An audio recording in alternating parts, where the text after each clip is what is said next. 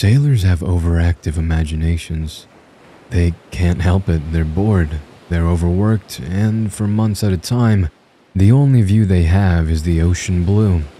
But boredom does make for good legends, and in a way, it turns every sailor into a storyteller. It's part of the job. After a lifetime of midnight watches, there's no seasoned seaman that hasn't seen something he can't quite explain. Lights in the distance, orbs in the sky, or strange beats propelling through the water. I've heard it all, and after 9 years of sailing, I was still waiting on my story. It came when they all do. 2 a.m., not enough caffeine. I was aboard the Gold Maris, but there was nothing gold about it. It was a beat-to-shit bulk carrier that had seen nearly 30 years of salt water. We were underway with a load of 35,000 tons of scrap metal we'd picked up in Peru, and we were taking to China.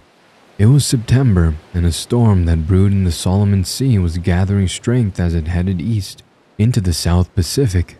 It was no hurricane, just a simple tropical storm. But still, waves of 35 feet were reported by passing vessels. Our crew did what the crews of all junk boats do when they hear a storm is coming. We got quiet. Real quiet. At dinner time, there was nothing but the sound of silverware clinking on plates. No conversation, not so much as a pass the ketchup. This is the time we took to reevaluate our lives. Big black letters were written on the whiteboard in the galley. A warning in English and Filipino. Rough weather. Secure all items in your rooms. Do not go on deck. The, quote, do not go on deck, end quote, part was for those looking to have a smoke. Doing deck rounds was part of my job. I was on the bridge as a wheelsman that night, and every 4 hours when I traded shifts, I had to walk the length of the ship to make sure everything was secure for the storm. 2 a.m. rolled around, and Johnny came to replace me. One of the most redeemable things about work is that it forces you to be friends with people you'd never imagine you'd get along with. Johnny was a Filipino sailor, 62 years old, in a perpetually good mood, and loved to eat all the best cereal before I could get my hands on it. "What's up, Johnny?" I said as he came up the stairs to take watch. "Hey, man." Johnny walked carefully, balancing a bowl of cereal in his hands. "You saved me some Cookie Crisp?" "It's in the stash, still about 2 boxes. I groaned in pleasure. I'd recently traded smoking for sweets. "Alright, I gotta do my walk around first." "Wow," said Johnny, turning to face the windows. "Light show." We stood in silence, watching the violet lighting in the distance strike the sea. Beautiful. "I better go before it starts pouring." I threw on my orange rain jacket and went out the starboard door to the deck. The warm Pacific wind was my favorite part of doing these routes. Peru to China is our 4 boring weeks, but that tropical breeze was my bomb. But now, the wind was icy. At least to my summer skin it was. I bunched my shoulders up against the cold. Fucking fuck. I'd fully embraced sailor as my second language, and I muttered curses as I walked down the metal stairs. I was supposed to check on a few things, the Jacob's ladder, the midship's depth radar, and I had to make sure the clamps on all the cargo doors were secure. It was hard to keep my attention on anything but the flash of lightning. The world would illuminate purple, and I'd pause, a little stunned by how there still wasn't so much as a rumble on the wind. The only sound was the ever-present hum of the diesel engines. The hatches were secure. They always were. The depth radar was all chained up, and the Jacob's ladder could have used another nut to secure it to the railing. But the second I bent to fix it, the sky opened. Pounding, pouring rain. It punched loudly on my waxed hood. I decided the ladder was good enough and that I was going to get out of this shit and have some cereal. But for some reason, I stayed standing at the railing. The sea was finally beginning to look like a storm was coming. The wind blew the rain harder and horizontal, but I didn't shield my eyes. I widened them in horror. I could only see it when the lightning flashed, but that was plenty enough. There was something beneath the waves, a great moving mass. It was about 100 yards off the port side railing and traveling at the same speed of the ship. I kept staring at it, expecting it to disappear or suddenly make sense, but the longer I looked, the more disturbed I became. I blinked, wiped my face, did every one of those cliches that those who can't believe their eyes do. It was too big to be a whale at several hundred feet long. Not to mention, it was moving too fast, its speed too steady. There was a crash of thunder and I dropped my flashlight. It rolled quickly on the slick deck and fell into the ocean, vanishing the moment it hit the water. I stumbled and started running back to the bridge. I raced up the stairs and threw open the door to the pilot house. Johnny, you gotta come see this. I need to know if I'm losing my mind or not. What is it? There's something in the water. He raised his brow and stood. It was against the rules to leave the pilot house empty while we were underway, but our captain wasn't big on maritime rules, nor was there much to worry about hitting. Even if we spotted a rogue wave, it wasn't like there'd be enough time to steer our slow, clunky ship so the wave didn't roll us. Okay, I'll come see, but quickly. The two of us clomped down the metal staircase and practically jogged down the deck. There. The dark mass was just where I had last seen it. Johnny squinted. He was older, and with his wet glasses, I realized he might not be able to see much past the railing. I turned to look at him, expecting to see a smile that said, "What a fool." Instead, the color had left his face. He stared slack-jawed into the water. Johnny? The rain was coming down so hard I had to yell, and the length between the lightning strikes was getting longer. It's patting, Johnny whispered, his eyes still fixed on the water. What? I didn't often see him without a grin. I bounced on my toes, cold and anxious. Black shark. What's that? Suddenly, Johnny extended his finger, suggesting I follow his gaze. I looked back to the water to see the black shadow was slowing. It was going to be behind the ship soon. We have to go, said Johnny. Go? I shouted. The fuck does that mean? Go where? Johnny didn't answer. He started speed walking back toward the pilot house. We need to disable the radar, the radio, he shouted. Then something hit the ship. It struck the bow and the whole ship lurched. We both fell, and it wasn't until my stomach dropped from a lack of gravity that I realized we'd hit a wave. A giant one. The ship was pointed down now. We were in a racing descent into the trough of the wave. Johnny and I rolled down the deck. I was able to grab onto the railing, but Johnny kept tumbling. The ship leveled out at the bottom of the wave, and I suddenly didn't have to hold on for dear life, but there'd be waves just like it. Johnny! I shouted. I'd lost track of him. I heard a distant murmur, and then I saw him. The Jacob's ladder had unfurled overboard. It was still attached to the railing, and Johnny clung to a rung as the ladder dangled against the side of the ship. I ran to where he was. Hey! I dropped to my stomach and reached my hand down, but he didn't react. If another wave hit now, I was a dead man. I wasn't bracing myself for anything. I just wanted to save Johnny. His glasses were bent and broken on his face. The lens from one had shattered against his cheek, and blood streaked down to drip off his chin. Come on, give me your hand. He was reluctant, but he gave in. I pulled him back up and over the railing, but he immediately fell, clutching his leg. Ah! He screamed in pain. What is it? My leg, I think it's broken. If we wait for a stretcher, we die. Johnny bit his lip and nodded. I threw my arm across his shoulders and we hobbled our way back to the bridge. The wave was big enough to warrant a muster alarm. The entire crew was gathering in the galley to assess potential damage to the ship and themselves. Me and a couple of the engineers took Johnny the rest of the way to his room. We laid him on his bed and did our best to keep his leg braced, but this was a junk boat. Even if we were carrying a load of gold, our parent company still wouldn't pay to have a doctor aboard. We applied basic first aid in the form of a pint of brandy. I stayed by Johnny's side while one of the engineers went back to their duties. Thomas stayed. He was my second favorite person on the ship behind Johnny. We were both from the Midwest and bonded over being landlocked sailors. He was a good kid, kind to everyone, and the youngest on board at 22 years old. Maritime was an aging profession, and it was lucky to have a young bright boy in Thomas.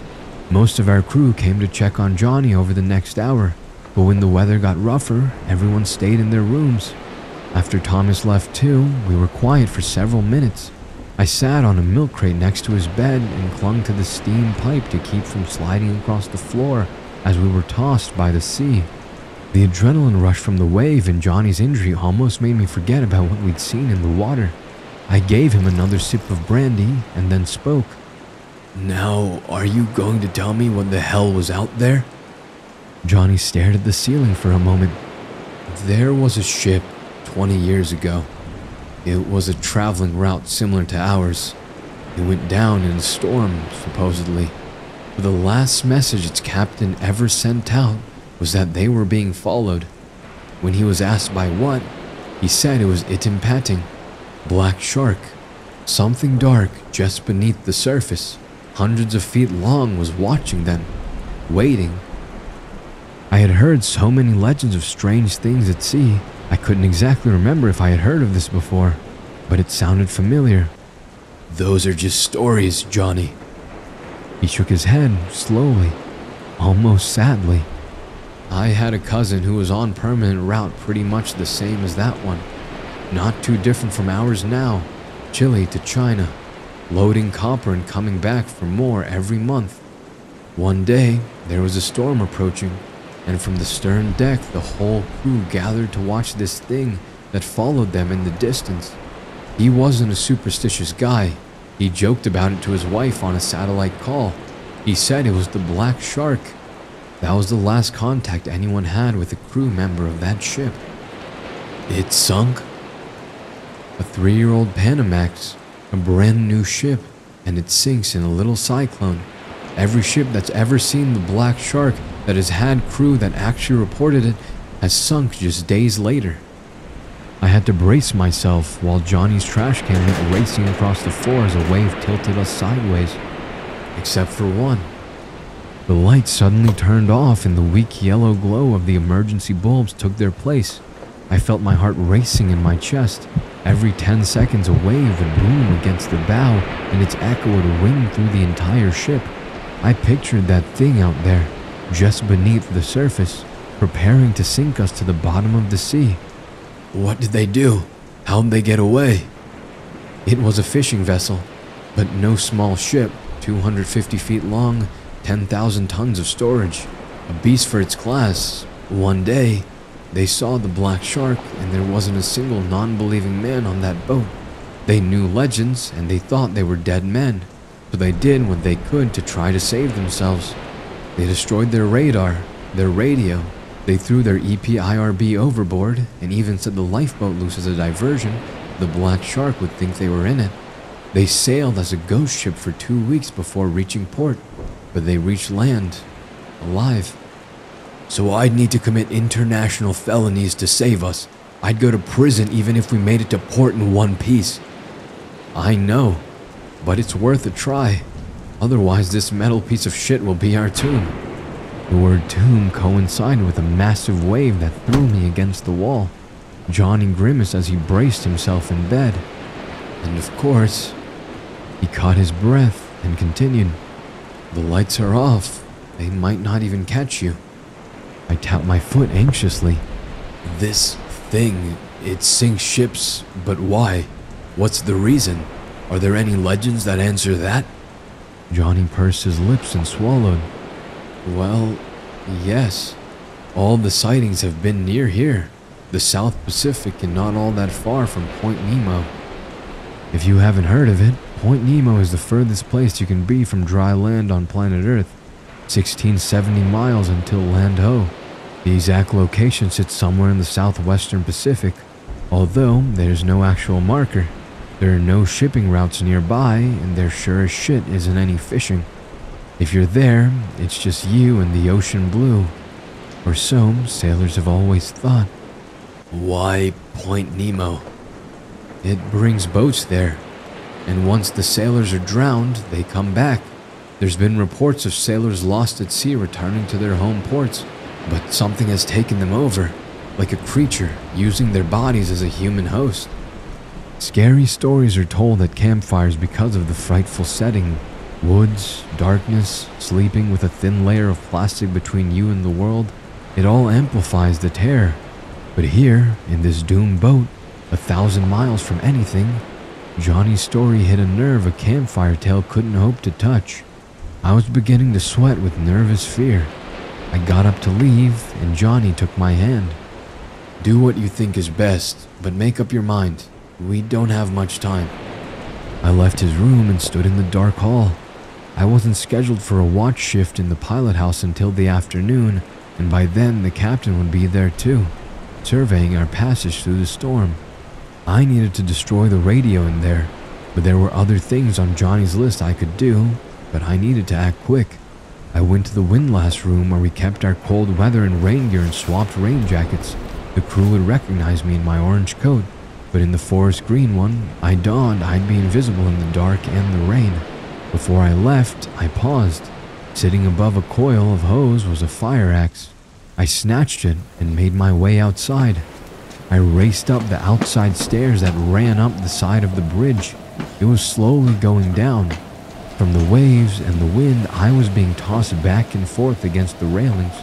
When I got to the landing that faced the windows to the pilot house, I could see the captain and second mate inside. I ducked quickly, but realized I didn't have to. With how hard it was raining, they probably couldn't see anything outside. The emergency positioning device was secured by our life vessel. The EPIRB was meant to be taken if we abandoned our ship, so rescuers would know where to find us. Our lifeboat was not an inflatable raft, nor an oarboat. It was a large cylinder that launched from a slide on the stern of the ship. I took the EPIRB off the wall and hurled it into the ocean. Then I devised a plan. Disabling the radar, radio, and lifeboat would all alert attention, but I'd start with the radar. When they came out to the pilot house to look at the dish, I'd smash the radio inside, and when they were busy wondering what the hell happened to the radio, I'd launch the lifeboat. Simple enough. I climbed the ladder to the very top of the bridge. The radar dish was sturdy, but the fire axe was sturdier. I quickly severed it from its stand. I double-timed it down the ladder. Without radar, we were dead in the water, and both the captain and second mate burst out of the pilot house to inspect what was going on. I took the opportunity to sneak inside, and with just a dozen swings of the axe, I made the entire bridge of the ship useless. Sparks shot up from the control panels, and the cheap radio exploded into a million pieces. Now, I just had the lifeboat. Down the steps, around the bend, and I was there. I lifted the axe above my head. Instead of undoing the ropes and pulling the cord, I was just going to cut it. But something caught my eye before I swung. Thomas was staring at me in horror. "Jake, is that you?" I brought the axe down, gently. Thomas was halfway out the stern door that led towards the cabins. He held one of the ship's satellite phones in his hand. I frowned at him, and for some reason, he acted like he was the guilty one. "I know it looks hopeless, and it is." He gestured at the sat phone. "I was just trying to get reception out here to call my dad. The storm has me a little spooked." He came to his senses and pointed at me. "But what are you doing with that thing?" We both looked up as we heard shouting coming from outside the pilot house. Suddenly, an alarm began to blare. "Thomas, there's no time to explain, but if I don't deploy the lifeboat, we could all die." He took a step toward me. "Jake, that doesn't make any sense." "That's why I said I have no time to explain." People were moving around now, and any second someone would spot me with the axe.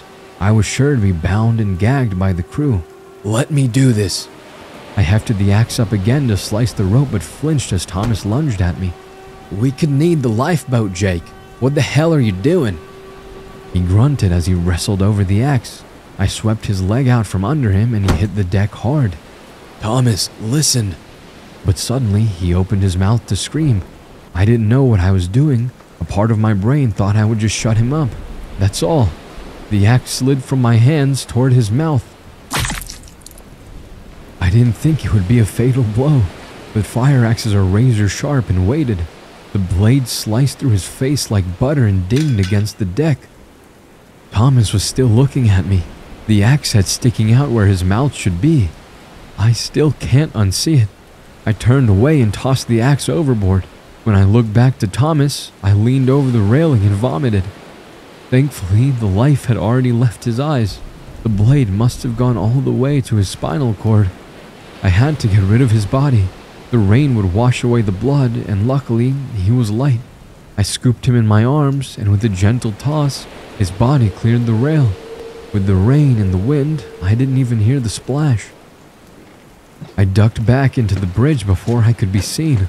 I lost the green raincoat and put on my regular one, and went to the galley where the rest of the crew was gathering in alarm.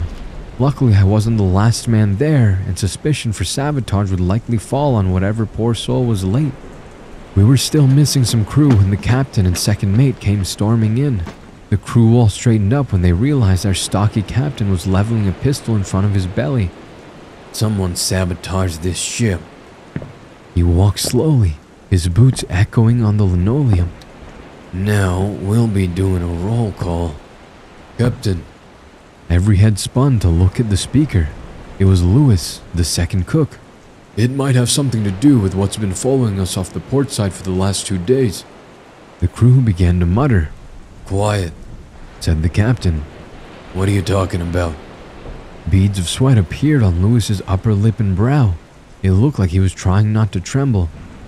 I didn't want to scare everyone. I didn't want to believe it. But on watch, I saw an object, dark and giant, cruising beneath the water. I heard some men mutter black shark. Some stared ahead in horror while others squinted, confused. It's impacting, said the captain with a laugh.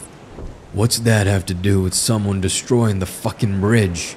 We're dead in the water. We have no bearing but a compass. Do you not get that? He thundered at the room. Now who are we missing? The crew looked at each other. Thomas, said the chief engineer suddenly. We're missing Thomas. Hearing his name made my stomach drop. What have I done? The captain pointed. Go check his room. In the meantime, we're going to see about those legends, Lewis. I watched Lewis gulp nervously, and we followed the captain, shuffling out towards the stern deck as silent as a funeral procession. Outside, the rain was still pounding down. Fire up the spotlights, shouted the captain. A few crew members went forward to the deck lights that were attached to the stern railing. They cranked them up to full blast and began sweeping the beams of light across the sea. 30 seconds passed in silence as they searched, then a minute. It's too dark. The water's too rough to see, sir. The captain looked towards the eastern horizon. Then we'll wait until dawn. The crew started making their way back inside, but the captain shouted, Out here! For the next hour, we stood silent in the pouring rain. We were freezing and soaked, tired as all hell, but we had to keep our bodies flexed and alert to keep from toppling over when we were rocked by waves. It felt like an eternity until the sun rose behind the storm clouds. The water went from black to gunmetal gray, and we could see more by the minute. Suddenly, one of the men on the spotlights raised his arm in a point. He didn't shout or call out. We were still silent, jostling over one another to see what he was pointing to. There, not far off the port side, was a long, black shadow, just like I had seen earlier in the night. What the hell is that? Shh, said the captain as he went to the railing. We watched it for several minutes, no one daring to speak. It was like the first time I saw it. We were hoping the shadow under the waves would suddenly make sense, or simply disappear. But we had no luck. In fact, we gasped as the mass began to breach. It's coming up, said Lewis. Oh my God, it's coming up. It broke the surface of the water and white suds splashed off its sides as it came to rest. The crew started smiling and laughing. I found myself jeering too. The black mass was a submarine. At least it looked like one. All this time our minds were on sea monsters and aliens, but this appeared to be man-made. But only for a moment. We got quiet again as we noticed it was missing a bridge.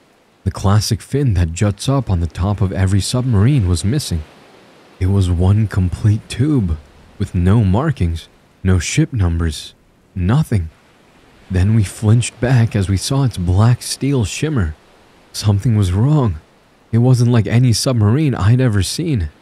The crew started to shout in fear, and in the commotion, I grabbed Lewis and whispered close.